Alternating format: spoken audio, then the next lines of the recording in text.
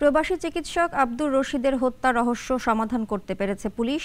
আজ এক ব্রিফিংয়ে তারা জানায়, ব্যবসার টাকা জোগাড় করতেই ভাড়াটের হাতে খুন হন তিনি। হত্যাকাণ্ডের এই ঘটনায় অভিযুক্ত ৩ জনকে গ্রেফতার করেছে আইনশৃঙ্খলা বাহিনী। ঘটনা গেল ১৪ নভেম্বর মধ্যরাতের। রাজধানীর হাজারীবাগে মুখ ঢেকে বাংলাদেশি বংশোদ্ভূত যুক্তরাজ্যের নাগরিক AKM আব্দুর রশিদের বাসায় ঢোকেন কয়েকজন। একটু পরেই তারা ওই প্রবাসী চিকিৎসককে হত্যা করে দেয়াল টপকে পালায়। চাঞ্চল্যকর এই হত্যাকাণ্ডের রহস্য উদ্ঘাটনে নামে পুলিশ বাহিনী।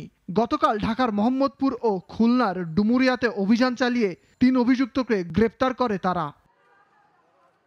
আজ মিডিয়া সেন্টারে এক ব্রিফিংয়ে পুলিশ জানায়, রেস্তোরাঁ ব্যবসার মূলধন জোগাড় ও ভাড়া নিয়ে দীর্ঘদিন ধরে ওই প্রবাসীর সঙ্গে অভিযুক্তদের দ্বন্দ্ব চলে আসছিল।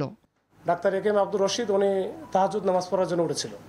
ওঠার কারণে এরা তো বুঝতে পারে, যখনই ঢুকছে তখন সে দেখতে পাওয়ার পরে তখন চিল্লাচিল্লি শুরু করছিল। তখন সে সাথে সাথে তাকে ধরে ফেলে এবং এই চিল্লানির থেকেই ওই তার ওয়াইফ যে ছিল ডাক্তার সুফিয়া বেগম, উনিও দৌড়ে আসে। তখন ওনাকে একজন ধরে আর এই বৃদ্ধ লোকটাকে 2 জন ধরে। তো ধস্তাধস্তি একটা পর্যায়ে নাইম যে ছিল তার কাছে চাকু ছিল, সে চাকুটা কয়েকটা জায়গায় আঘাত করে। পুলিশ জানায়, হত্যায় ব্যবহৃত দেশীয় অস্ত্র উদ্ধার করা হয়েছে। এই ঘটনায় আর কেউ জড়িত কিনা তাও খতিয়ে দেখা হচ্ছে। ফজলে রাব্বি, নাগরিক, ঢাকা। 50 বছরের ওয়ারেন্টি আর বাহারি ডিজাইনের মুস্তফা ইউপিভিসি ডোর কাটিয়ে দিন নিশ্চিন্তে 50 বছর। Mustafa uPVC door, excellence with durability.